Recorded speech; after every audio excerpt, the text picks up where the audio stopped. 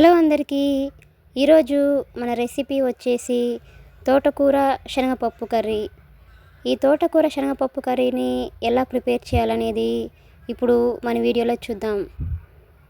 ముందుగా ఒక గిన్నె తీసుకొని దానిలోకి 2 మీడియం సైజు వరకు తోటకూర కట్టెల్ని తీసుకొని ఈ విధంగా కాడలతో సహా కట్ చేసుకొని దీనిలో వాటర్ వేసుకొని అలాగే దీనిలో కొంచెం ఉప్పు కూడా వేసుకొని ఈ తోటకూరని 2-3 సార్లు శుభ్రంగా వాష్ చేసుకోండి.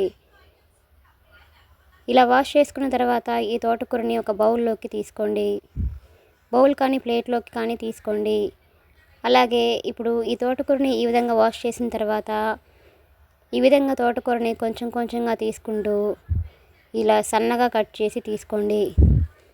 నేను ఇక్కడ సన్న తోటకూర తీసుకుంటున్నానండి. మీరు ఈ ప్లేస్లో మామూలు తోటకూర అయినా తీసుకోవచ్చు.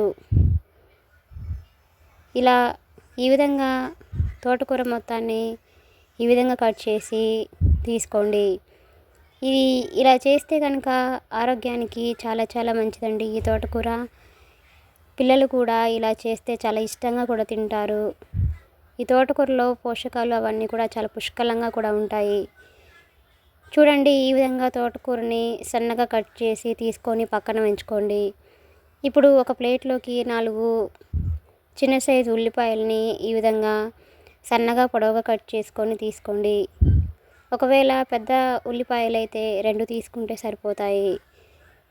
ఇలా ఈ విధంగా ఆనియన్స్ని సన్నగా పొడవుగా కట్ చేసుకోండి. అలాగే ఒక పచ్చిమిర్చిని సన్నగా పొడవుగా కట్ చేసుకొని పక్కన ఉంచుకోండి. ఈ వీడియో కనుక మీకు నచ్చినట్లయితే ఒక లైక్ కొట్టండి. ఈ తోటకూర కర్రీ ఇలా చేస్తే చాలా చాలా టేస్టీగా ఉంటుంది. ముందుగా స్టవ్ ఆన్ చేసి ఒక కడాయి పెట్టుకొని దానిలో 3 టేబుల్ స్పూన్స్ వరకు ఆయిల్ని వేసుకోండి. ఆయిల్ బాగా హీట్ అయిన తర్వాత దీనిలో 1 స్పూన్ వరకు పోపు దినుసులు వేసుకోండి. అలాగే 1 స్పూన్ జీలకర్ర వేసుకొని వీటన్నింటినీ బాగా ఫ్రై అవ్వనివ్వండి. మీకు కావాలంటే కొంచెం పోపు ఎక్కువైనా కూడా వేసుకొని వీటిని బాగా ఫ్రై చేసుకోవచ్చు. ఇలా ఈ విధంగా పోపు ఈ విధంగా ఫ్రై అయ్యాక దీనిలో ముందుగా మనం కట్ చేసి ఉంచుకున్న ఆనియన్స్ని కూడా వేసుకొని అలాగే పచ్చిమిర్చిని కూడా వేసుకొని వీటిని మీడియం ఫ్లేమ్లో ఉంచుకొని ఈ ఆనియన్స్ని లైట్గా ఫ్రై అయ్యేంత వరకు బాగా మగ్గనివ్వండి. ఈ తోటకూర కర్రీ ఆరోగ్యానికి చాలా చాలా మంచిదండి. ఈ ఆనియన్స్ వేగేలోగా ఇప్పుడు ఒక చిన్న మిక్సీ జార్ తీసుకొని దీనిలో 4 పచ్చిమిర్చి వేసుకోండి. అలాగే 4 వెల్లుల్లి రెబ్బలు కూడా వేసుకొని అలాగే 1 స్పూన్ వరకు జీలకర్ర కూడా వేసుకొని దీనిలో చిటికెడు సాల్ట్ కూడా వేసుకొని వీటిని కోర్స్గా గ్రైండ్ చేసుకొని తీసుకోండి. ఇలా మెత్తగా కాకుండా కోర్స్గా గ్రైండ్ చేసుకొని తీసుకొని పక్కన ఉంచుకోండి. ఇప్పుడు ఆనియన్స్ ఈ విధంగా లైట్గా ఫ్రై అయ్యాక దీనిలో 1/2 టీ స్పూన్ పసుపు అలాగే ముందుగా మనం గ్రైండ్ చేసి ఉంచుకున్న పచ్చిమిర్చి వెల్లుల్లి మిశ్రమాన్ని కూడా వేసుకొని వీటన్నింటినీ బాగా మిక్సింగ్ చేసుకోండి. ఈ పచ్చిమిర్చి వెల్లుల్లి అనేది పచ్చివాసన పోయేంత వరకు బాగా ఫ్రై అవ్వనివ్వండి. మరీ ఎక్కువ వేగాల్సిన అవసరం లేదు. కొంచెం పచ్చివాసన పోయేంత వరకు ఫ్రై అయితే సరిపోతుంది.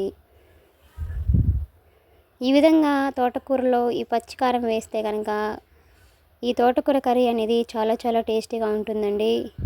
ఇప్పుడు దీనిలో మనం ముందుగా సన్నగా కట్ చేసి ఉంచుకున్న తోటకూరని కూడా వేసుకొని లో ఫ్లేమ్లో ఉంచుకొని ఈ తోటకూరని బాగా కలుపుకోవాలి. ఇలా తోటకూరని ఈ విధంగా ఒకసారి బాగా మిక్సింగ్ చేసిన తర్వాత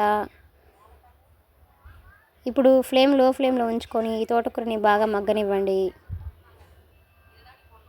చూడండి, ఇలా తోటకూర ఇలా మధ్య మధ్యలో ఇలా కలుపుకుంటూ ఉండండి.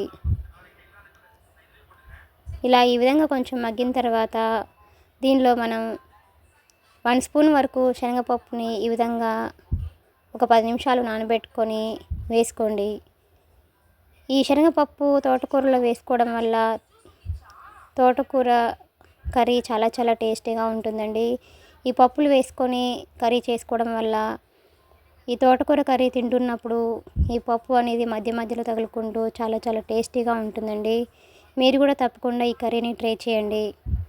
ఇలా వీటన్నింటినీ బాగా మిక్సింగ్ చేసుకొని మూత పెట్టుకొని లో ఫ్లేమ్లో ఉంచుకొని బాగా మగ్గనివ్వండి. ఇప్పుడు మూత తీసి మధ్యలో ఇలా కలుపుకుంటూ ఉండండి.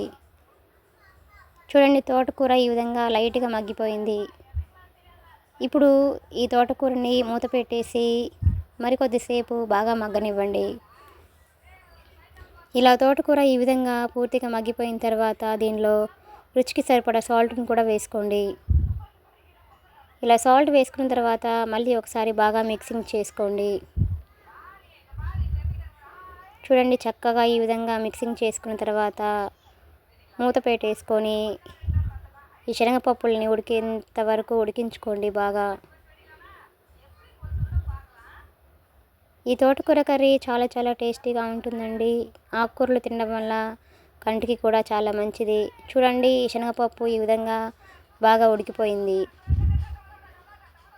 ఇప్పుడు సాల్ట్ని అడ్జస్ట్ చేసుకుంటూ సాల్ట్ అలాగే కారం సరిపోయిందో లేదో ఒకసారి చెక్ చేసుకొని, ఒకవేళ మీకు సాల్ట్ సరిపోకపోతే ఈ టైంలో యాడ్ చేసుకొని ఒకసారి బాగా మిక్సింగ్ చేసుకొని ఈ తోటకూరని 1 నిమిషం పాటు ఉంచేసి స్టవ్ ఆఫ్ చేసుకోండి. ఈ తోటకూర కర్రీ ఇలా చేస్తే కనుక చాలా చాలా టేస్టీగా ఉంటుందండి. ఇలా శనగపప్పు వేసుకొని చేసుకోవడం వల్ల తోటకూర కర్రీ అనేది చాలా చాలా టేస్టీగా ఉంటుంది. ఇలా చేస్తే పిల్లలు కూడా చాలా ఇష్టంగా కూడా తింటారండి. ఎప్పుడు కనుక తోటకూర కర్రీని ఇలా ట్రై చేయకపోతే ఈసారి తప్పకుండా ఇలా ట్రై చేయండి. చూడండి, ఈ విధంగా రెడీ అయిన ఈ తోటకూరని ఇప్పుడు స్టవ్ నుంచి కిందకి దించేసి ఒక బౌల్లోకి తీసుకుంటే ఎంతో టేస్టీగా ఉండే తోటకూర శనగపప్పు కర్రీ రెడీ అయిపోయినట్లే. Please subscribe my channel, like, share and comment. మరిన్ని మంచి వీడియోస్ కోసం మన ఛానల్ని సబ్స్క్రైబ్ చేసుకోండి. Thanks for watching.